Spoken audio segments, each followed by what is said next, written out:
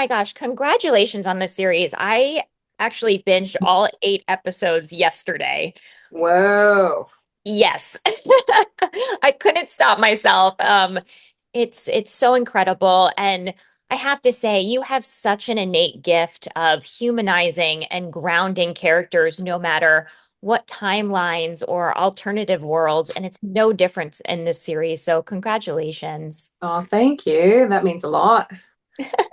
Well, before we dive into that, I sort of have a big question, which is I'd love to know when you first either fell in love with the idea of storytelling or really had that moment where you understood its power to create empathy and to educate.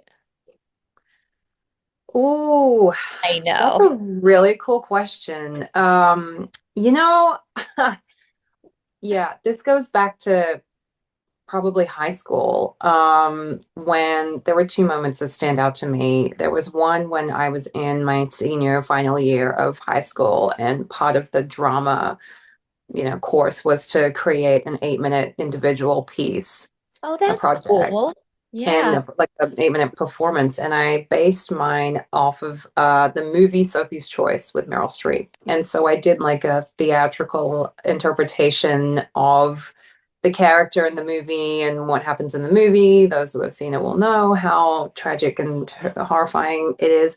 And I remember watching the audience from my small little stage, and I remember seeing people cry and watching them be moved by this performance. And I thought, oh, okay, like, oh, this is what it means to move someone in a performance. And I thought, wow, okay. I don't know. I was just always interested in that. There was an earlier memory that I have too from a play. We would do a Shakespeare play annually with my high school. And I remember also I played Hero in Much Ado About Nothing, and it was the wedding scene where she gets rejected by her husband. And a similar thing occurred, and I remember thinking, oh, okay, this is really cool. I want to do this. I love that. This also, your high school sounds incredible. It sounds like it had a beautiful arts program. Yes, I was really blessed with an amazing drama program, and like outside of what was required, also, the extracurricular activities. There was like an annual Shakespeare, an annual musical, lots of just so much stuff. And yeah, I got to really hone in on that back then. Oh, that's beautiful. Thank you so much for sharing that. That's why I love to ask that question because honestly, everyone's response is so different and unique and personal to their own experiences, and it's Mhm. always fascinating. So thank you. Oh, Um, great question. well, Teacup is, like I said, it's so thrilling. I loved it so much. It's a sci-fi thriller, and I think there's something really magical happens within the sci-fi genre. It allows us to reflect on our own experiences more deeply, almost because our reality is a little suspended, and it gives us a safe environment to really explore real life questions. What kind of relevant themes were you most excited to explore taking on this project? Yeah, that's a hard answer for me because I never go into it thinking about the sort of takeaway universal themes Right. that we inevitably take away from it when we Uh-huh. watch it as an audience, and that I do also after the fact. So I think more so when I'm in it, for me, it was more about, the mother story. That's definitely something I can relate to. And Maggie, the character that I play, her journey of going from this sort of ordinary mom, protective of her children in a marriage that is on the rocks, but her journey of really becoming this mama bear, and this warrior woman that she never really thought she was going to have to be in her life at all, and how she gets there and how she crumbles, as well. We see her completely fall apart at one point, even though she has to put her armor back on and keep going. And in just going into that psyche of what it means to make these unthinkable decisions. And that was what was interesting to me, and the most interesting is leaning into that, and how can I go on this journey and make this really watchable and believable and authentic and emotional Mm. for the people watching it, so they really feel into this character's decision making process, because it is so out of this world. So to me, it was is I think it was more about that. Yeah. Yeah. No, I love that. And let's talk about Maggie. Um, and she has this incredible ability to remain calm in distressful situations, which can be mislabeled as cold, especially being a woman. And Mm. we learn very quickly. I love the first scene because we learn very quickly how playful and warm she is. Being playful with her son, catching and releasing. I think it's a wasp. You could correct me if I'm wrong, which I think kind of speaks volumes about her character. And it's very exciting knowing right off the bat, you're going to be on a journey with a character full of multitudes. Um, I can only imagine that the script was a great place to start, but I would love to know kind of an actory question, your experience of kind of like finding the moments to center her calmness and when to kind of let go more and let us in more, if that makes sense, because it's such a beautifully complex performance. Oh, another really great question. Can you interview me every day? Oh my Or gosh, it'd be my these, honor. this is so thoughtful. Whenever we do that, yeah, it's so nice. Well, that yeah, that is something, it's kind of, I guess, case by case when I take on a role, and it's sort of the most important job that I have, as far as I see it, Hmm. is that to create this emotional melody and make sure it's varied and colorful and has highs and lows and just sort of normal points, as well as, fall apart points and stuff. And I know that's in the script, but there are some moments in the script that are not so obvious. And I don't know, I guess it's a really intuitive process for me at this point. It's not something I think too much about, but I do in a lot of ways. I sort of um try to create something that feels interesting to watch, and something that feels authentic, obviously emotionally, to what the scenario is. Um, and on the day, I love to play. So I often will make decisions about how I think or want the scene to go emotionally. But then on the day, I always, 100% of the time, will give myself permission to try a different route if it organically, intuitively feels like it could be something completely different. Um there's I think there's a thousand ways to play a scene. I never, there's never really sort of a right way. I think that's the beauty of what I get to do, and that's what keeps me going. I think I'm interested, is that there's like a million and one ways to deliver a line. There's so many ways to piece together a scene, and I think that's the brilliance of it. And obviously, the more creative you get, maybe the more engaging the show can be. So it's just kind of a big playground Right. to No, but to play in. that's so funny because I was just thinking before you said that how creative your decisions were. And I think that, well, first off, this is a series that for me is about character first and foremost. And that's what makes it so thrilling is that you're really, I was so delighted and surprised sometimes when Maggie was quote unquote more reserved and when she sort of allowed her emotions to flow more. And you really just like kept me on my toes in the most, you know, kind of thrilling and exhilarating way that was felt so natural and grounded. And it was beautiful. Thank you.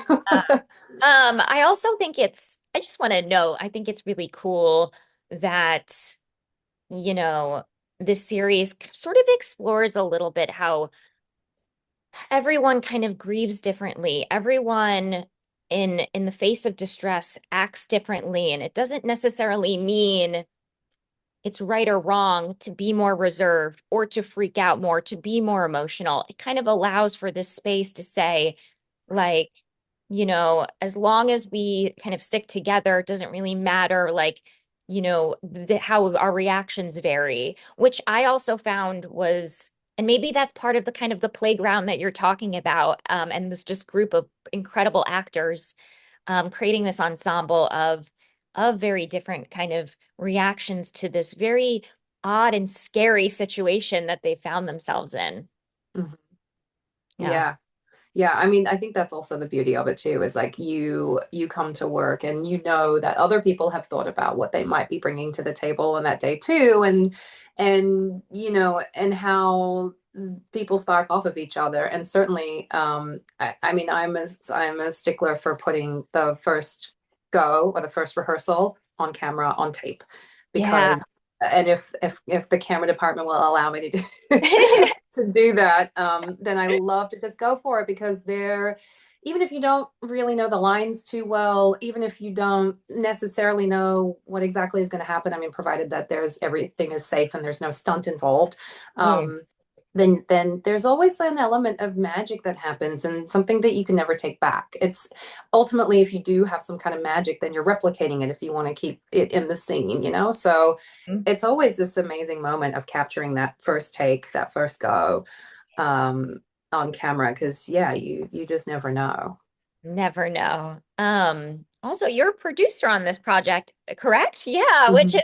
this is your first time producing as well, right? Yeah, yes, it is my first producer credit in a Yeah. television series. Yes, yeah, yeah. First off, congratulations, and Thank- love to see it, and it's very cool, and I hope it's the first of many. Um, what have you learned about yourself as kind of an artist taking on this new role behind the camera, and how has your, perspective of creative possibilities for yourself maybe changed for the future to do more behind the scenes work?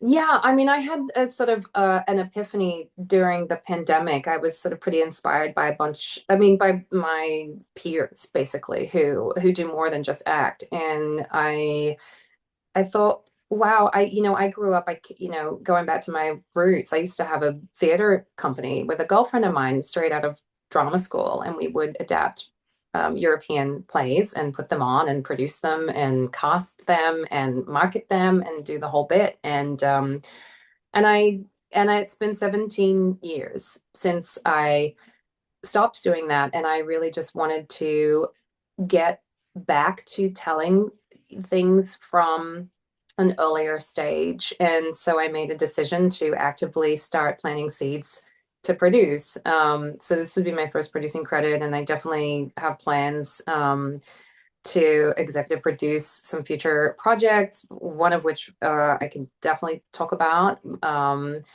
then it's really exciting to be able to peel back, what I do in like a microcosm version as an actress, to peel Mm. it back and open it up to a wider lens of storytelling. I've been doing this for so long. I'm really inspired to challenge myself further in a wider scope, to not be in front of the camera.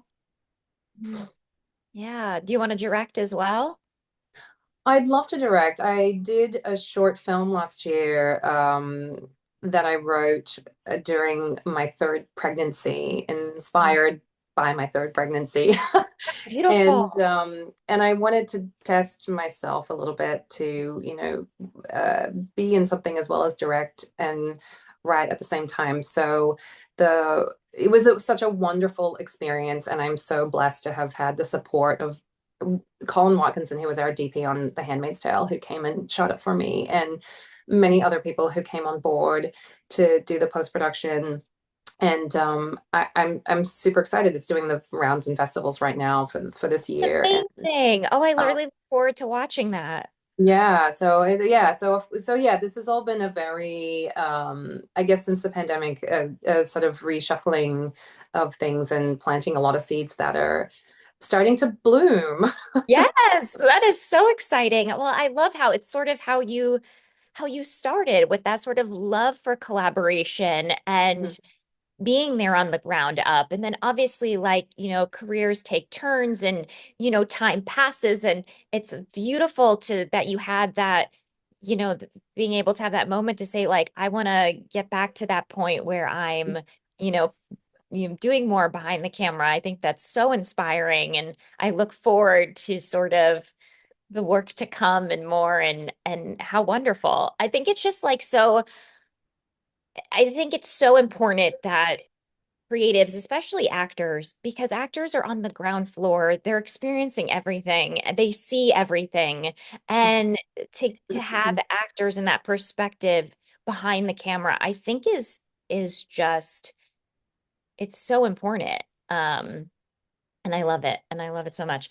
Um, well, this has been wonderful. I don't want to take up too much of your time. I could talk to you for hours on end. And there's also that cliffhanger ending that we get in episode 8 that I'm like, which I love. It just, cracks it wide open to explore so many different themes and situations if we get a season 2, which is wonderful. But okay, so at CherryPicks, our outlet, we collect reviews from female and non-binary critics, or sort of like the female Rotten Tomatoes, and we create our own cherry score. So I hate, it's a question I know I can never remember what I watched yesterday, let alone, this past year, but is there a movie or a TV show that you recently watched or rewatched that you would just give a full bowl of cherries, a 10 out of 10? Oh my gosh, I'm a mom of three. I have no time to watch any of. I'm trying to think of the last film that I watched. I don't. Oh my God, I don't remember One the from last like one. your like childhood, like just a memory of like maybe, I mean, I know okay, it's yeah. all right. Well, here's okay. So this is like going into the theme of our interview in that case. Okay. I love that. Okay, so a super impactful film where I had to sit in the car after watching it for probably 2 hours just to weep it out. Um, Okay. I which love was, that. it's sort of an ode to what we talked about earlier with, being so affected and having such an emotional performance or an emotional storyteller behind the camera. Was the movie Dancer in the Dark. It's a Lars von Trier movie, and Bjork was in it, and it was like a musical film, and it's tragic. I mean, as in tragic, emotionally tragic in the best way, in the most Mhm. effective way. And uh that is definitely something that I would probably give a full bowl of cherries to. Not that I would ever be brave enough to watch it again. And I think I've tried to put it on like the first 2 seconds and just gone, yeah, no, nope, not doing it. But back in the day when it came out, yeah, massively impactful. That song and like her Oh, Oscar performance, and that's so funny. I have the same kind of reaction. There's sometimes a movie that I love so much and it affects me so much I cannot watch it again. mm. And then, they're such good ones, but man, they tear us apart and just crack us wide open. But well, this was so delightful. Thank you so much for your time today. Thank Um, you. this meant so much to me. And the series, congratulations again. I cannot wait for everyone to see this. And in time for spooky season. I mean, we love a little creepy sci-fi that's seasonal too, which is extra delightful. So Yeah. Yeah, great. Thank you. Thank you so much.